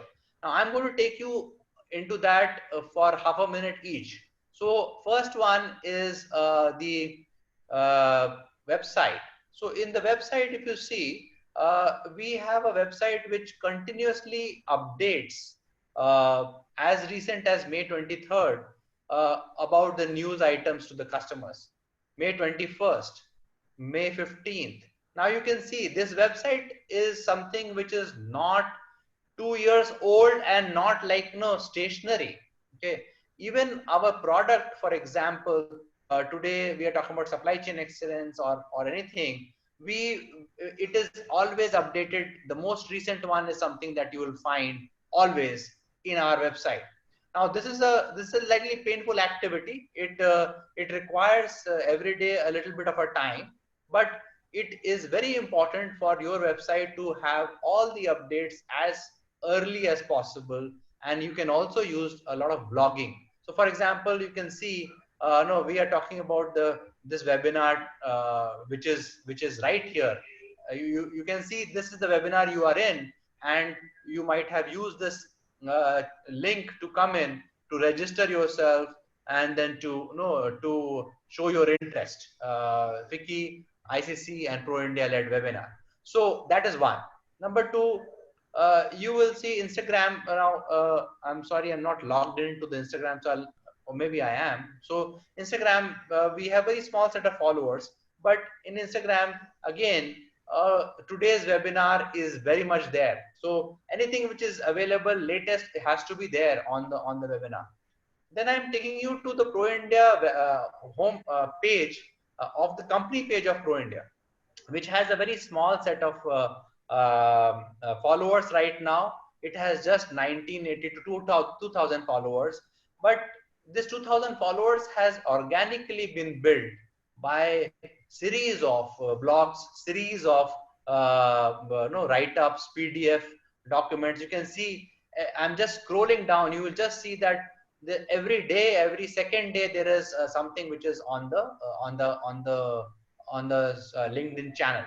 And that is the reason that if I show you my profile, and I don't want to pat my back on it, but it has been 15 years, and that has been the reason that today no, I can take pride that I have actually created 10,000 plus followers. But that has been a long exercise, but has to begin somewhere. Same thing is on the Pro India YouTube channel. So YouTube channel is a very simple thing to create. Whatever you create, your products and services can be on the YouTube channel. You can create your channel, then you can promote your channel on YouTube, and you can promote your channel on the other social media channels as well. Same thing is for Twitter. And Twitter is how do you really intercept? So how do I intercept Niti Aayog people? How do I bring forward FICCI into no hashtag FICCI and hashtag some of these key people who might sometime respond, but because of their fan following, my stuff will be out there. Then the next one is Facebook. So again, Facebook, everything on Facebook, you can see is the latest, including this, what we are doing right now. And so is the case in terms of Facebook. In terms of yesterday, there has been an article posted, and 24th May, there's been an article posted. So it is the question of recency also when you do something like this. And then I'm going to take you through uh, I've already taken you through the example of how we went about getting you into this presentation. But it's important to know that it is extremely easy. Now I'm going to show you a quick response of how we have managed your inputs here, like 114 people who are right now here.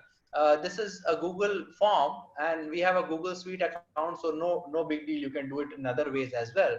But when you review responses, which is when it converts the entire thing into an Excel sheet, and when it converts the entire thing into an Excel sheet, what you can do is you have the email ID of people. So here is the email ID of people.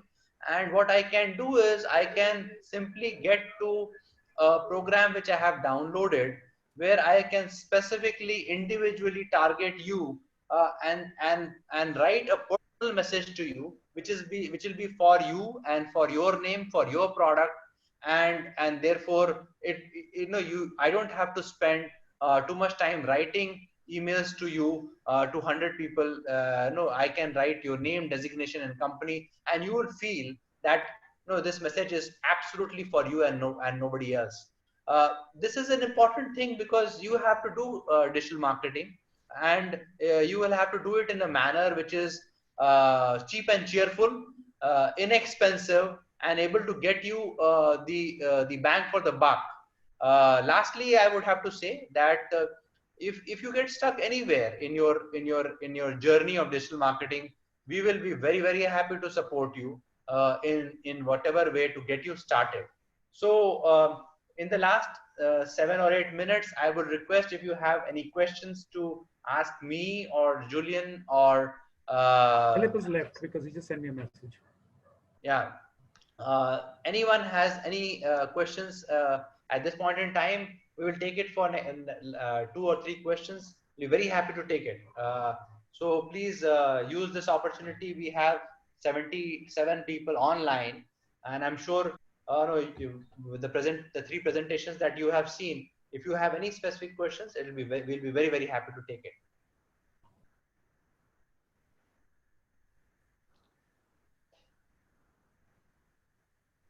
So some people have asked question like, give us a digital toolkit for a small company. I think I have just done that. That was question asked at 5:15. So I'm hoping that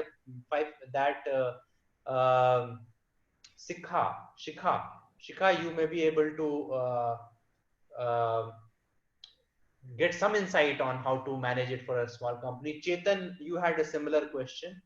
Shika, you also had a question on strategy for organization like us, where we do not have a primary product or service. Some of you have asked a question as how to promote yourself, as a personal brand in digital marketing.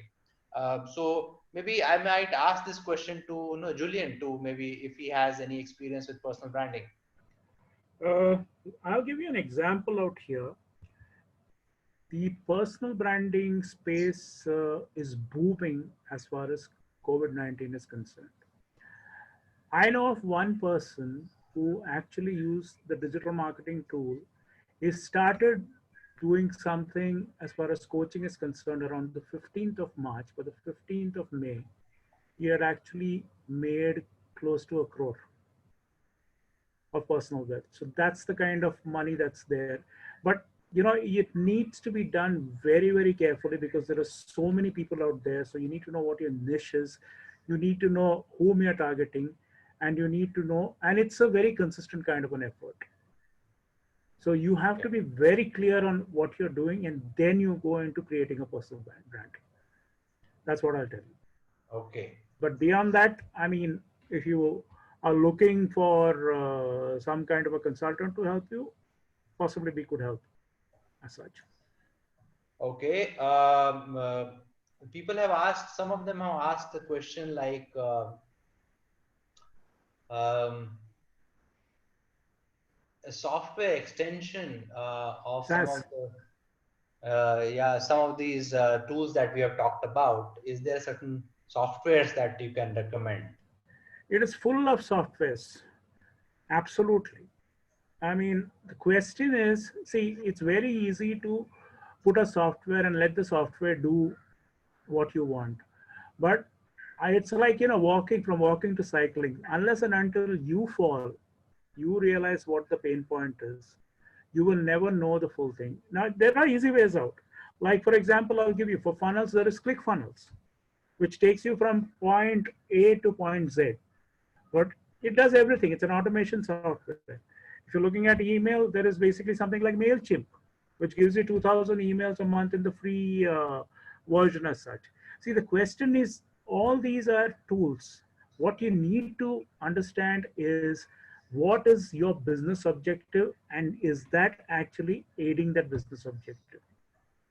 Even digital marketing is a tool in the overall picture as such, which has become very important now because we are in this COVID situation. So I think for any business, you need to understand what the big picture is and then move forward. Okay. Is there anything that you have also seen as a question that you can pick up, Julian? Chat box? I've seen chat boxes, and also chat boxes and all are fine. That's a level of automation that's happening. Now, I have something as a word of advice to practically all the participants out here. This is something which we discussed when we were, having our initial chats. See, we are in the COVID era. Now, what happens is, it's a moving target, like I told you in the presentation. You have to, if you are a business, if you want to stay relevant, you have to build scenarios of how your business is going to be relevant between now and, let's say, 2 to 5 years later, because we really don't know how long it's going to last. Now, what happens, let's say, assuming that, you're a business about 50 people, and suddenly somebody gets infected with COVID in your organization. So what exactly are you going to be doing? Are you going to shut shop? Are you going to shift your production somewhere else? What happens basically in terms of your customers? What happens, okay, now how do you make your products relevant in the COVID era? For example, now Amit and I were discussing that, if you are going to be traveling in a car, disinfecting your car is something which everyone will need. Right, Amit? That's something we discussed. Yes, absolutely. Now, how much time does a person need to disinfect the complete car? I would say close to about 30 to 40 minutes. I lived in Canada. I know how much time it takes to remove snow. That's how much time possibly it would take to, disinfect your car, your seats, and all those kind of things. What if the interiors of the cars can disinfect itself? Is somebody thinking on those lines? So these are the kind of products you need to have relevancy in everything that you do. You need to evolve. Now we are looking at basically, you need to look at life. You need to look at life in the corporate world. You need to look at life in your personal spaces. You need to look at life in your traveling spaces. And at all times, these have to be keeping you safe. That's the way you'll stay ahead of the curve. So whatever your businesses are, as long as you can do that, you would be, doing a great thing for yourself and for society. Okay, great. Question from VLogic is, how can we improve brand with help of your organization? So, looking at VLogic is, I think, an electronics. I think that if I remember correctly, Mr. Singh, it is to do with electronics. Sorry, freight forwarding, is it? No, that's a different. That is Nawaz. So, Okay, so Mr. AP Singh is saying it's on freight forwarding, and they want to know how to improve their brand. As a freight forwarder, how they can improve their brand. Okay, so for a person, in fact, my company is very strong in corporate identity also. There are lots of companies who've actually gone to England and failed and come back. In fact, one of my ex-clients was part of the chat. I'm not very sure whether he's there at the moment. So what you need to do is do a kind of an audit as to what to have as far as your identity, your strengths, and those kind of things are. You need to understand where you are at the moment and where you need to go, and then somebody like us would come and help you chart that as far as your brand is concerned. Now it is, it is something which is it can be 360, it can be part of 360. It really depends on what is it you're willing to spend, how much time you're willing to spend. But at the end of all this, I will tell you, as possibly a prospective client, that you need to walk the talk. It's no use just changing your brand image and not being able to live to it. So that's very, very critical. Otherwise, it's a complete waste of money. Okay, so I don't know whether Mr. Cherian is still there. Mr. Cherian, are you still there? No, he has left, Amit. He has left. Okay, okay. Yeah, because he is a brand guru, and no, I really wanted him also to give an input here. But I have a Arna Dehar has been little upset, saying that there has been I am on apprehension why in website banner we, as most of the Indians, put images which are not generally taken by own company and used inside offices and then in foreign nationals. Okay, so yeah, so good point. I think no people like to see white people for some reason in offices and nice backgrounds. But very good point. Thank you so much, Arna, for the same. Um, and somebody from HP Consulting, Hemang Pandya, is looking at focusing on MSME sector. How can you help us getting clients across India? Again, this is a brilliant space to work in, because this is I know our zone. I would say is Julian and our zone to work in consulting, to make sure that we define your customer profiling, and then look for that customer, where the customer is, which channel the customer is using, then promoting you on that channel. So that sometimes it is not direct, sometimes it is that you coexist in the same spaces as the customer. And being from HP, I'm sure you know more than us how to manage customers. But digitally, if you want any help and support, we'll be very happy to take that thing forward, Riddhi. Pankaj is asking a question saying, how can we get digital marketing benefits in exports of e-bicycles to UK and US markets? I think your time has come in every respect, because number one, there is all these e-cycles, everything manufactured, including iPhones and laptops, were so far in China. Now, the base is going to shift. It's a question of how much individually we are able to capture. And the second thing is, you're talking about e-bicycles, which is something which the little bit of sensitivity must have come. People looking at the nature now, seeing that how clean the air is, how unpolluted the streets are, and therefore wanting to actually take out a bicycle. I myself have been wanting to take out bicycle and go around, but have not. But I'm seriously thinking that lot of people now will want to get on to bicycle, both for fun purposes and also for sustainability, demonstrating their own commitment to the world that we had polluted thus far. And people say that, some of the people say that it has given back to us in some ways. So yeah, I think we'll take just two more questions.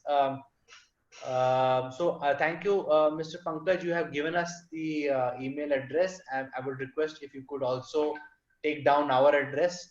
We'll be very happy to keep in touch with you. Any last two questions that we would like to take? So one question which has come from Ankit Dehar is, what are the pain areas in promotion through digital, and what are the precautionary measures one has to follow? I want to give it to Julian, but I want to just give you one bit of example as of yesterday, in terms of going and getting you onto this webinar. We thought we will do LinkedIn, and we realized that in LinkedIn, although it is a very good tool because of its slice and dice capability of finding you in which sector you are in, what position in the company that you are in, what is your product, where are your customers, how many employees you have, and things like that. There's a lot of detailing which is available in LinkedIn. Yet we had to come out of LinkedIn when we did this promotion, because we realized that it is exorbitant. It is so expensive to promote and on a LinkedIn, and each lead was coming to 128 rupees. That is cheap. Whereas on Facebook we reached out to 40,000 people, and there were more than 300 clicks to the link to the form, and obviously there is a dropout rate always, but we always found that it's so much cheaper. I'm not saying that you should not use LinkedIn, but then your product and your budgets have to be spent very wisely. That is the only thing that I would like to say. But of course, Julian, if you have to comment on this. Unfortunately, I can't see the question. Can you just repeat the question? The question was that what are the pain areas in promotions through digital media, and what are the precautionary measures one has to follow? The pain areas basically a lack of consistency and restlessness. What happens is digital takes time as such. There are cases where you can actually get good results quickly also, but it's a process. So you have to believe in the process and believe in the people you hire and then move ahead. And people who have actually stuck it out in digital are, getting tremendous amount of benefits at very good cost rates. So I'd say that's the biggest thing in understanding the process, deciding on what you have to do. You can't do, all the kinds of platforms that are there. That's something which I call as the shiny object syndrome. Okay, chalo koi Instagram kar raha, Instagram kar le. Somebody's doing LinkedIn, let's try LinkedIn. This trial and error business is good initially, but then eventually you have to hone in on something and then, go the whole 9 yards to get those results as such. So consistency and looking at the long run, that's important. Okay, the last question that we are taking in, and I'm sorry that we are extending our timeline, but we will definitely close it at 6 o'clock. The question is how to advise on creating a digital culture in your company. I have just one point to say, and maybe I'll ask for one point from Julian. One point from my side is I have seen employees get on to the company website and share their stories. One of the ways of getting linked people attached to a social company page is not asking one person in the company that you are responsible to every day post something, because then there'll be a list which will be exhausting and it'll get completed, and then it will not have any relevance. How do people in your own company Facebook page or company LinkedIn page post their own stories? Can you trust them to post their own stories? Can you give them that freedom to the values that these are the areas that we would like you to post stories on? Trust, empathy, teamwork, fun. How do we create fun of taking 1,000 pictures and stitching it together, everybody's homes, but it feels like as if everybody is singing together one song, but then you feel as if all the 1,000 people are singing, or one coffee mug which is passed across 200 people in the COVID times. It feels people are very connected. Your internal audience should be connected first, and that is how your system takes off. Your internal followers, if they are strong, you will definitely get external followers. After all, it is not just a product channel for your company, the digital media. Julian, your words. Since I also have a corporate identity background, I'd say a lot of this depends on the culture of the company. And you create the culture of the company with a kind of identity which is physical identity, things that you cannot see, the touch points that are there in the company, the values that are there, and that has to be inculcated right from the top till the bottom, so that all the stakeholders are responsible enough to use the tools that are available, and digital is a tool at the end of it as such. So that's one way of looking at it. I have some, unfortunately we are out of time, but there are some fabulous case studies as to how companies have leveraged digital for internal audiences as such. Now Dropbox is one case. There are a few others also out there. So maybe sometime later we could take a look at that. Yeah, please write to us. We will definitely give you certain more examples for the same. Thank you very much for joining in. We still have half of the participants still available. So whoever is available can at least what you call put one SMS here for us to show that they have attended. No, happy or sad or thank you or it was very bad, whatever it is. Just give us Give us your feedback. That's important. give us a feedback on this chat box, and then you can exit. I would also request Imran, if you're able I'm there. to close the session, it'll be very nice. Yeah, thank you very much. My thanks to the first of all the participants who took out time to hear our expert speakers, Mr. Dilip Cherian, Mr. Julian Tadatel, and of course our own speaker and moderator, Mr. Amit Saha. And also thank you to Mr. Dilip Chinoy, my boss. He's also right now online. And as stated in the beginning itself, that you don't necessarily have to go for a big ticket or a big budget marketing campaign or to reach out to your new customers and new geographies. So this is all about doing something innovative, creating new things, and finding out, as you had mentioned, Amit, in your presentation, it might be just next to you. So, and we'll continue in our effort to reach out to more and more corporates and especially on the SMEs with practical tools, just not something which is more theoretical, which is more practical, which is more doable. Please do write to us. You have all our email IDs. It's in the invitation, and we'll be very happy to get back to you. And we'll also share the presentation slides with you. Thank you. Thank you very much again. Yeah. Thank you so much. Thank you, Imran. Thank you, Julian and Mr. Dilip and Mr. Dilip Chinoy to come in to give us a little bit of insight. I'm really happy. Thanks, everyone.